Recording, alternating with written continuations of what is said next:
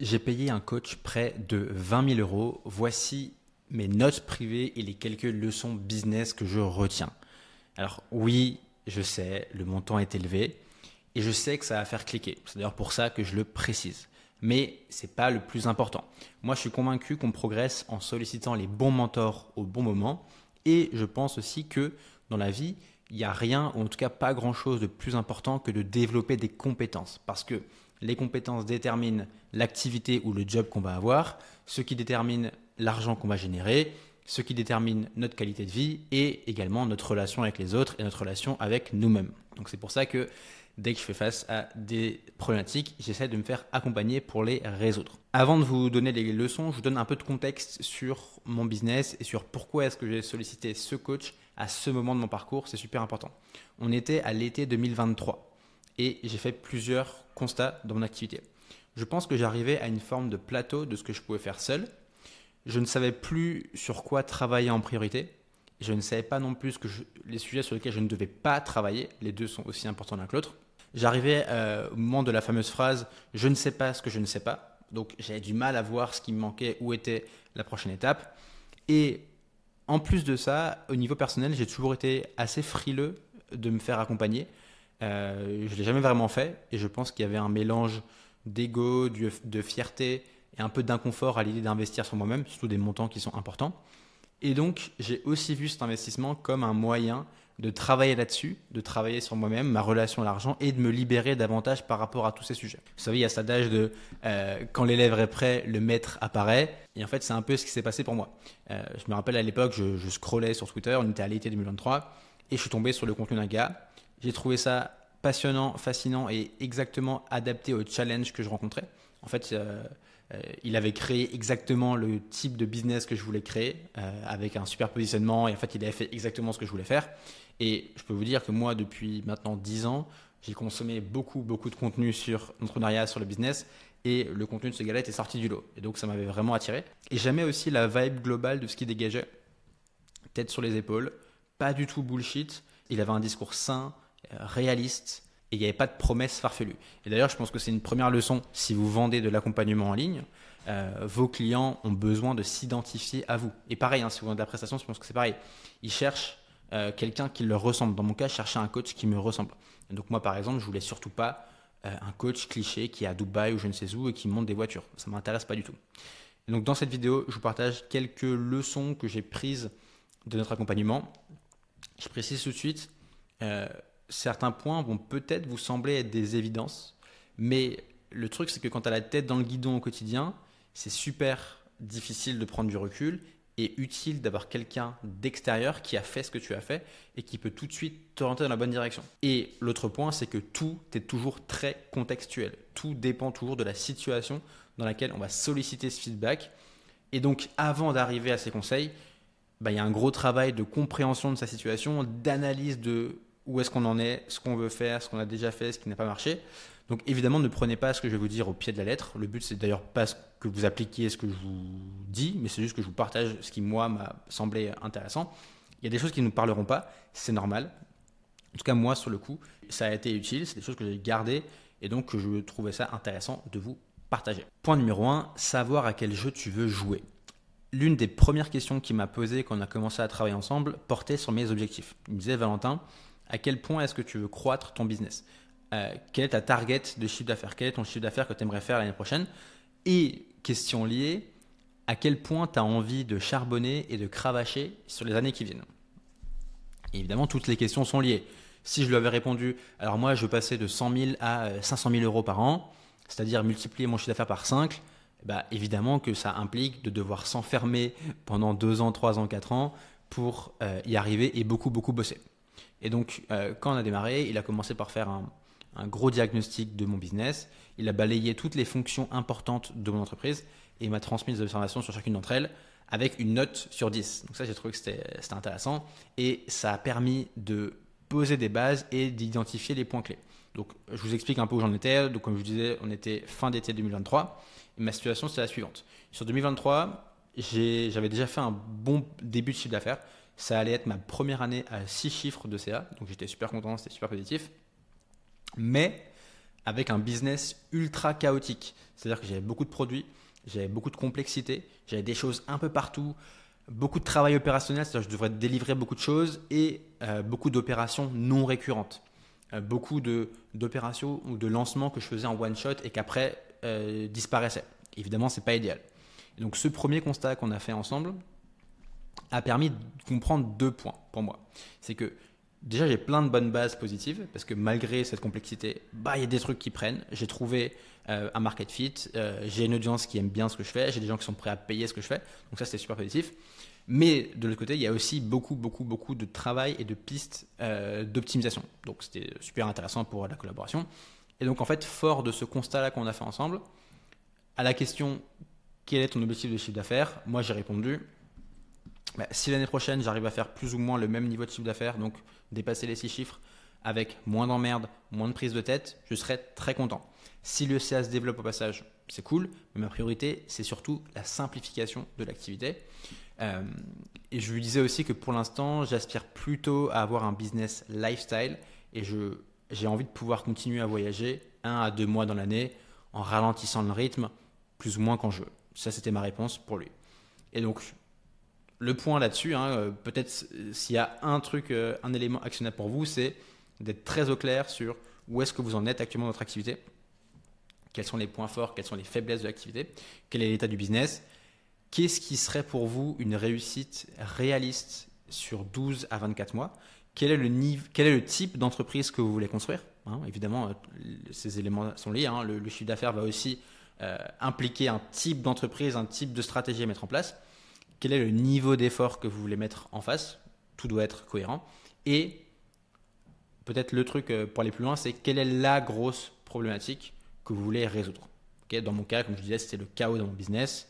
Et aujourd'hui, on est 2 ans plus tard et je suis très content car tout ce qu'on a mis en place là-dessus, ça a bien fonctionné et j'ai un business qui fait un chiffre d'affaires similaire, mais par contre, beaucoup plus simple et agréable à gérer au quotidien. Donc, c'est super bien d'avoir de la clarté sur ces points-là. Et donc, c'est quelque chose que vous pouvez mettre en place dès maintenant. Le point numéro 2, ce que j'ai compris avec ce coach, c'est que chaque palier d'un business demande certaines actions, certaines stratégies spécifiques. Chaque palier, chaque grand palier d'activité s'accompagne d'un enjeu prioritaire qu'il faut parvenir à débloquer. Et globalement, les types de business similaires vont avoir globalement le même enjeu. C'est logique. L'enjeu prioritaire, par exemple, pour passer de 0 à 10 000 euros par mois avec un business de formation comme le mien, ce n'est pas du tout le même que l'enjeu pour passer du palier de 10 000 à 50 000 et encore moins de 50 000 à 100 000 euros par mois. Et l'une des révélations que j'ai eues, c'est qu'il existe des méthodes éprouvées pour passer ces paliers. Il n'y a pas besoin de chercher à réinventer la roue. Il faut plutôt prendre le plan qui fonctionne et l'appliquer en l'adaptant à sa situation, évidemment, mais sans trop se poser de questions. Ce qui est compliqué quand on entreprend, c'est que c'est le flou permanent. À chaque instant, on a plein d'opportunités potentielles et d'idées de sujets sur lesquels on pourrait travailler. Et donc, ce qui compte, peut-être la compétence clé, c'est décider ce sur quoi on va mettre ses efforts, comprendre ce qui est vraiment utile au stade où on en est et se bloquer de tout le reste. Parce que tout le reste, c'est une distraction inutile. Et c'est d'ailleurs, encore une fois, l'intérêt d'avoir un coach comme ça, c'est qu'il peut éclairer la voie, il peut indiquer le chemin et les chantiers à prioriser. Et inversement, éviter de perdre son temps avec des choses qui ne sont pas utiles à notre stade. Et donc, on a eu pas mal de discussions là-dessus, où je me rappelle, où il m'aidait à recadrer, à filtrer mes idées, mes envies également, au regard de, non, à ton stade, ce qui est important, c'est tel sujet, tel chantier. Le point numéro 3, c'est qu'il y a toujours une question à se poser qui est, est-ce que cette action, est-ce que cette idée va réellement avoir de l'impact sur ton business? Et encore une fois, à ton stade. Au moment où on a travaillé ensemble, l'une des questions importantes qu'on se posait, c'est de savoir si je vais bien investir mon temps et mes ressources en lançant cette idée potentielle. Donc, j'étais à un stade où je réalisais un bon niveau de chiffre d'affaires. Je le faisais quasiment seul. Donc, c'est-à-dire que j'étais au four et au moulin sur le marketing, le contenu, le delivery du produit, donc en fait, d'animer mes programmes, de délivrer mes accompagnements. Et donc, ça me laissait très peu de temps pour le reste. Ça me laissait très peu de temps pour aller tester de nouvelles choses. Et donc, il y avait un vrai enjeu d'être vigilant à comment j'alloue mon temps et travailler sur les bons sujets. Et donc, une réflexion qu'on a eue et que j'essaye tout le temps d'avoir dans mon business, c'est, quand je réfléchis à un nouveau projet, c'est quel va être l'impact de ce projet sur mon business. Et essayer de concilier à la fois le court terme et le long terme. Est-ce que ça vaut le coup que je passe 2 semaines à travailler sur un mini produit qui va me rapporter 2000 euros? Est-ce qu'il ne faudrait pas mieux plutôt que je peaufine tel tunnel de vente pour générer davantage d'inscriptions pour l'accélérateur, qui est mon programme principal aujourd'hui? Et il y a toujours un arbitrage à avoir entre le court terme et le long terme. La question clé, c'est qu'est-ce qui va réellement avoir de l'impact? Qu'est-ce qui va réellement move the needle, donc faire avancer le schmilblick, si je traduis? Et est-ce que ça vaut le coup que je passe X heures sur tel projet? Est-ce que c'est les heures les mieux investies que je peux mettre aujourd'hui? Est-ce que cette charge mentale que ça va créer, est-ce que cette complexité supplémentaire en valent la peine? Et donc, dès que je réfléchis à une nouvelle idée de nos projets, j'essaye d'être vigilant à ça. Et pour moi qui suis très curieux, qui a tout le temps plein d'idées, c'est hyper important de faire ce travail-là. Et d'ailleurs, ça reste une zone de progression pour moi, parce que j'essaie de combattre mes inclinaisons naturelles. J'ai fait beaucoup de projets là-dessus, de progrès, donc je suis très content, mais c'est un travail sans fin. Le point numéro 4, c'est la simplification. Parmi les choses importantes à mon stade du business, c'est la simplicité. On peut aller très très loin avec un produit pour une cible et distribuer sur un canal de vente. C'est exactement le chemin qu'il faut prendre pour aller de 0 à 10 000 euros par mois. Il faut faire beaucoup de tests pour comprendre ce qui fonctionne, itérer jusqu'à la bonne formule et ensuite, une fois qu'on se dit « Ok, c'est bon, il se passe des choses », là, il faut y aller à fond. Et comme je disais, dans ma situation, je faisais un bon niveau de chiffre d'affaires, mais c'était le chaos complet. Et donc, ce qu'on a fait, c'est qu'on a fait un travail assez rapide pour killer et éliminer plein de projets. Des produits que je lançais qui ne rapportaient pas un chiffre d'affaires suffisant au regard du temps, de l'effort et de la complexité que ça induisait de mon côté. Plein d'initiatives que je vais lancer, des canaux marketing, bref, tout ce qui n'était pas crucial, tout ce qui n'était pas vital, on dégage. Et plus c'est complexe, plus on a une activité qui est complexe à gérer, plus on se distrait. Moins on peut allouer ses efforts et son énergie aux bonnes choses. Et moins on fait bien les choses, et plus on doit compenser ça par beaucoup de travail. Et ça rajoute de la charge mentale. Vous savez, il y a le mythe de la diversification des revenus. La croyance que pour être résilient, il faut avoir plein de moyens différents de gagner de l'argent. Et au début, moi, j'y croyais fort à ça. J'avais même fait une vidéo, je me rappelle à l'époque, c'était il y a 2-3 ans, où j'étais content d'avoir plein de moyens de gagner de l'argent. J'avais plein de sources de revenus. Je faisais du coaching, de l'accompagnement, un peu de sponsoring, un peu de prestations B2B. Bref, j'avais noté, je crois que j'avais 7 sources de revenus différentes. Et quand j'y pense avec le recul, je pense que cette envie de se diversifier, elle vient d'un réflexe de peur. On se rassure en se disant qu'on ne met pas ses œufs dans le même panier.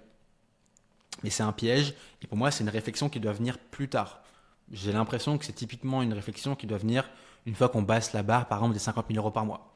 J'y suis pas encore, donc je ne peux pas vous en parler, mais c'est ce que j'ai l'impression de voir. Et à l'inverse, au stade où j'en suis, c'est beaucoup plus puissant, facile, gérable et résilient d'être très bon sur une source de revenus.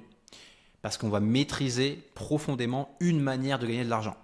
Et pourquoi est-ce que c'est plus intéressant? Parce que on va pouvoir dédier tous nos efforts à cette source de revenus et donc déclencher des intérêts composés. Il y a une phrase qu'il me répétait souvent et qui dans mon cas était super important, c'est « Keep doubling down on what's already working ». Au début, c'est perturbant parce qu'on se demande « Ok, tu m'as dit ça, j'ai cette stratégie, je l'ai mise en place, qu'est-ce qu'il y a d'autre à faire? Qu'est-ce que je peux faire d'autre ?» On a envie de faire plus et moi, j'ai un biais pour l'action, j'ai un biais pour aller faire des choses et donc c'est compliqué. Et en fait, ce qu'il me dit, c'est qu'il n'y a rien de plus. Ce qu'il y a de plus, c'est rester rigoureux, focus et appliquer les basiques tout le temps. Le vrai secret, c'est appliquer la stratégie que tu as déterminée et ne rien faire d'autre. Assez longtemps, dans le calme. Et ça, c'est difficile en fait. Et les autres bénéfices de ça, c'est que c'est plus simple à gérer en interne, dans le business, et pour les gens qui nous suivent, c'est également beaucoup plus lisible et compréhensible. Et donc aujourd'hui, concrètement, l'un de mes gros focus, c'est de me dédier à 90% à l'accélérateur freelance, qui est mon programme phare. Je fais d'autres petites choses à la marge. Je fais une journée de séminaire, je fais parfois un petit produit ici et là, je fais parfois de l'accompagnement individuel, mais j'essaye d'être vigilant à ne pas m'éparpiller parce que c'est super important. Point numéro 5, trafic. Le facteur clé de succès numéro 1 d'un business comme le mien, c'est la capacité à générer du trafic et de l'attention qualifiée. C'est valable à mon stade, mais pas que. Je pense que c'est vraiment le truc central. Et je pense que l'erreur que j'ai faite pendant mes 3 premières années d'entrepreneuriat, c'est de ne pas réellement comprendre ce point et de ne pas le prendre assez au sérieux. Je le faisais un peu, je me disais, bah oui, trafic c'est important. Je faisais des choses, mais j'étais pas assez intentionnel, j'étais pas assez stratégique là-dessus. Je faisais d'abord ce qui me plaisait, et c'est bien, hein, mais c'est pas toujours ce dont le business a besoin. J'ai écrit un article là-dessus qui s'appelle Le dilemme entre le créateur et l'entrepreneur. Je te mets le lien en description. Et donc ce que j'ai compris, c'est que le manque de trafic, c'est le goulot d'étranglement numéro 1 de 90-95% des business. C'est l'élément qui manque, et pourtant, c'est l'élément sur lequel tout le reste repose. Parce que pas de trafic, pas de vente, pas de chiffre d'affaires et pas de business. Et donc, à chaque fois que je discutais avec ce coach, il me demandait, OK, comment ça se passe au niveau de ton trafic? Première question, c'est, OK, comment ça se passe sur LinkedIn? Comment ça se passe avec ton SEO? Il voulait que je reste absolument focalisé là-dessus. Oui, tu lances d'autres choses parce qu'il faut que le business avance, mais en étant vigilant à ne pas divertir tes efforts. Et donc, là aussi, la clé, c'est de simplifier. Et ne pas chercher à être partout, mais plutôt à bien maîtriser un canal pour déclencher des intérêts composés et pour vraiment enclencher une boule de neige. Donc de mon côté, ça fait 2-3 ans maintenant que j'investis beaucoup sur LinkedIn.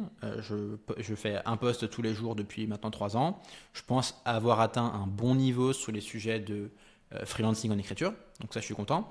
J'ai aussi mis en place le SEO.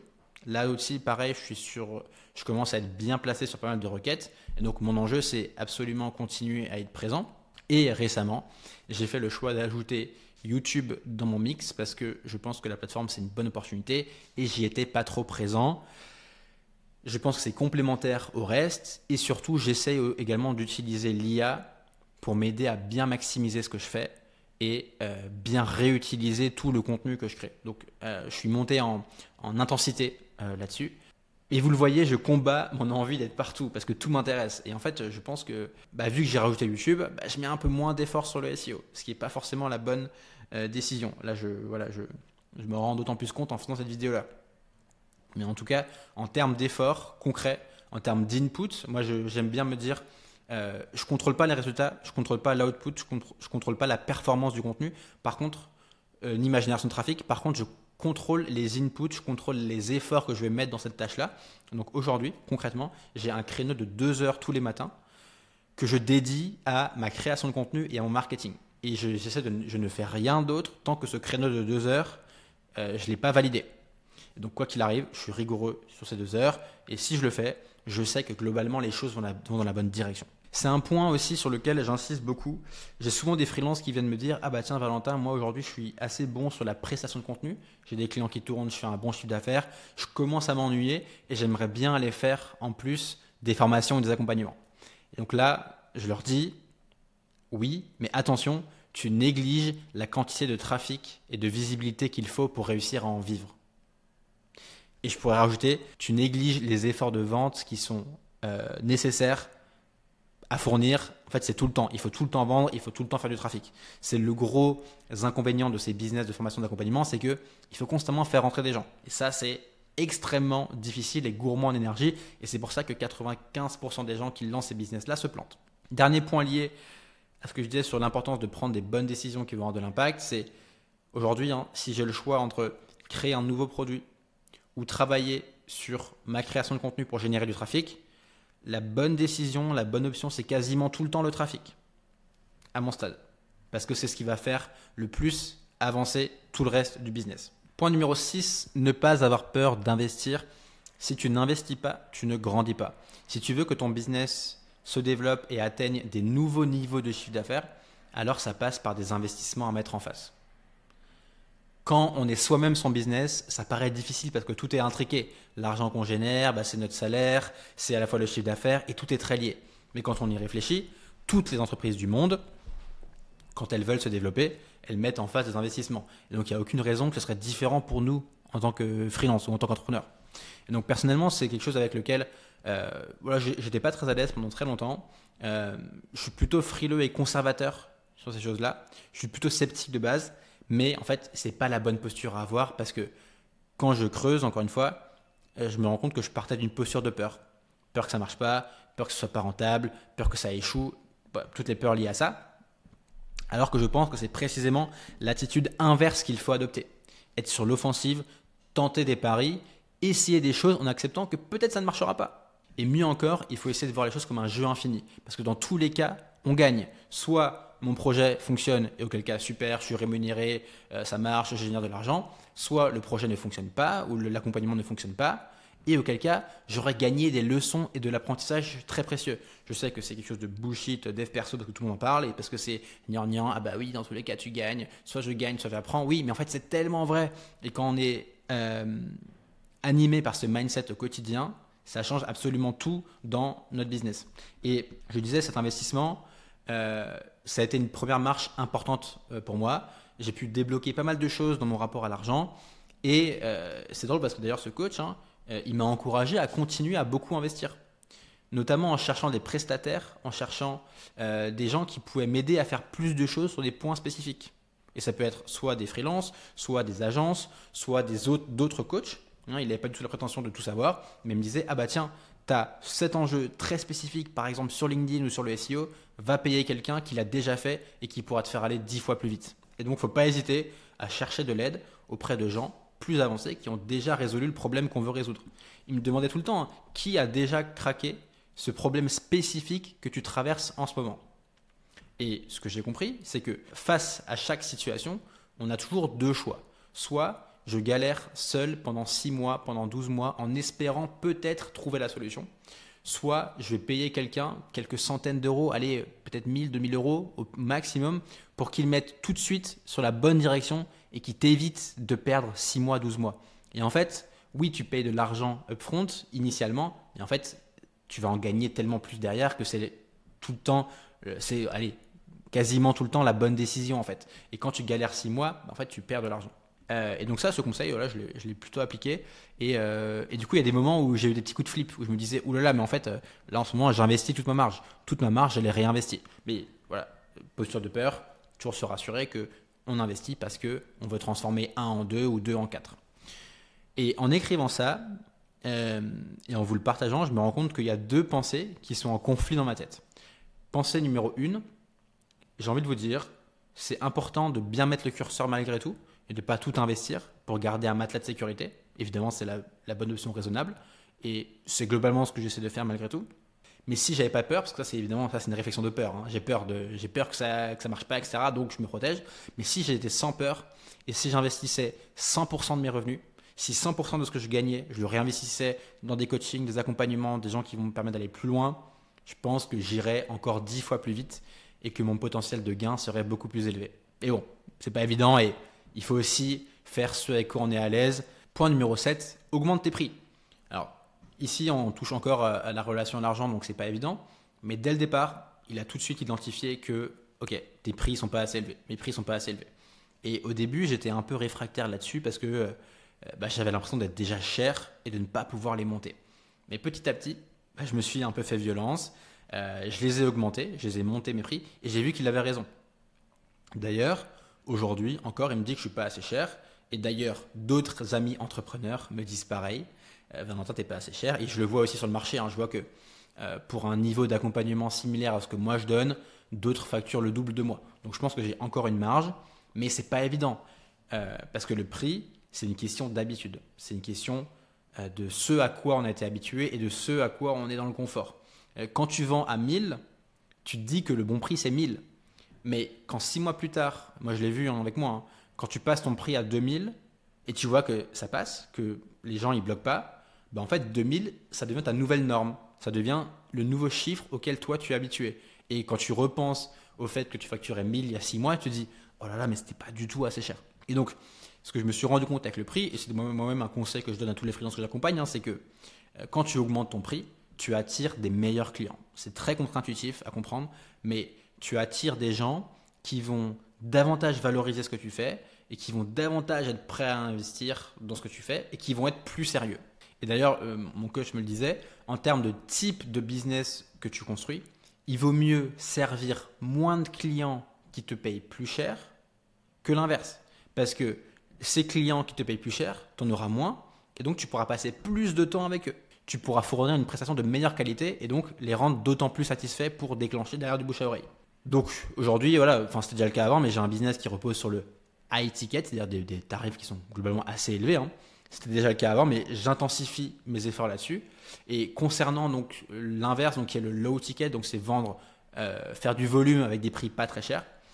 J'avais déjà l'intuition avant, mais j'ai vite éliminé cette option, hein. Ça n'a pas du tout été une option qu'on a commencé à travailler ensemble, parce que en fait le low ticket c'est une mauvaise idée car ça demande une audience d'autant plus grande. Le niveau d'effort à fournir pour vendre à 2000, il n'est pas 10 fois plus important que le niveau d'effort pour vendre à 200.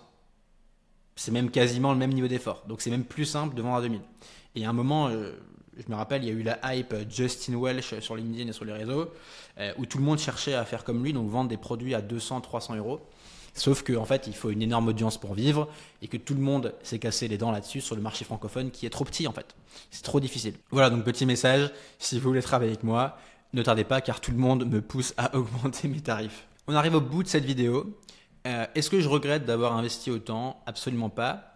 Je vous ai donné un aperçu évidemment de quelques points qu'il m'a transmis et quelques points que je retiens.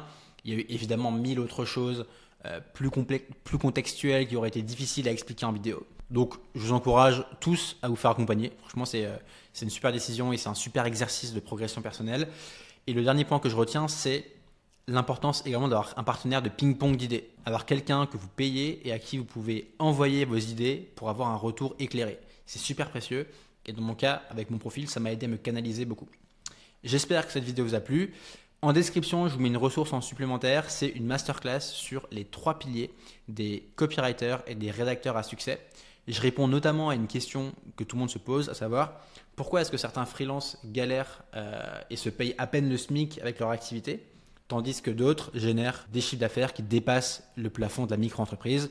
Et donc, je vous explique tout ça dans cette masterclass. Et d'ailleurs, si vous voulez vous-même un regard extérieur sur votre activité, je propose des audits gratuits. Je vous mets aussi le lien en description.